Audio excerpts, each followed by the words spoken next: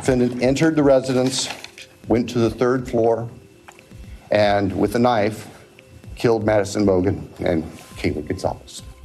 Chilling details of the University of Idaho murders emerged as Bryan Kohberger entered his guilty plea July 2nd in the fatal stabbings of Kaylee Goncalves, Madison Mogen, Xana Kernodle, and Ethan Chapin. Speaking in court at the Ada County Courthouse in Boise, Idaho, prosecutor Bill Thompson recounted the suspected timeline of events and laid out what evidence the prosecution would have presented had the case gone to trial.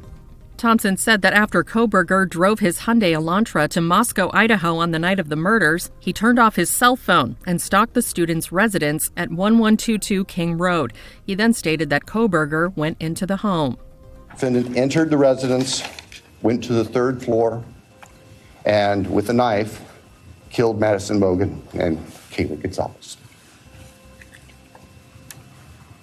The defendant, as he left that room, for whatever reason, ended up leaving, or the sheath for a K-bar knife was left on the bed next to Madison Mogen's body.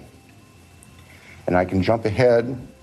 That sheath was tested by the Idaho State Police Forensic Lab, and single source male DNA was found on the snap of that sheath, as well as blood from both Kaylee and Madison and other trace evidence. But it's important to note single source male DNA was on the snap of that sheath.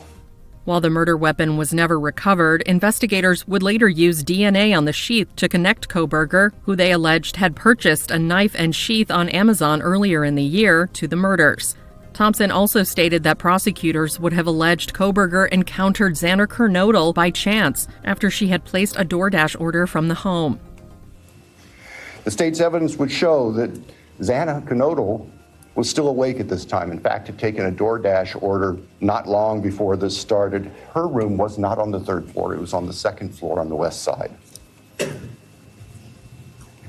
As the defendant was either coming down the stairs or leaving, he encountered Xana, and he ended up killing her, also with a large knife.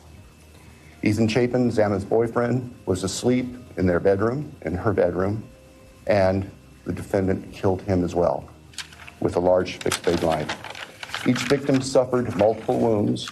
I will state for the record that there is no evidence there was any sexual component or sexual assault on any of the victims. I want to make that clear so there's no speculation.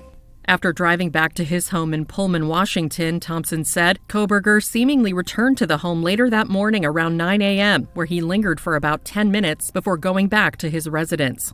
When he returned home, the attorney said Kohberger took a selfie in his bathroom, giving a thumbs up to the camera. He would be apprehended weeks later at his parents' home in Pennsylvania. At the same hearing, Kohberger admitted his guilt in the 4 deaths. With respect to count 1, burglary, felony, how do you plead, Mr. Kohberger, guilty or not guilty? Guilty. As to count 2, murder in the first degree, as it relates to the murder of Madison Mogen, how do you plead, guilty or not guilty? Guilty. As to count 3, as it relates to murder in the first degree for the murder of Kaylee Goncalves, how do you plead, guilty or not guilty? Guilty.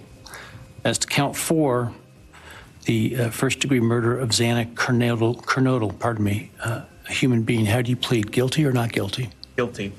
As to count 5, the first degree murder of Ethan Chapin, a human being, how do you plead, guilty or not guilty? Guilty.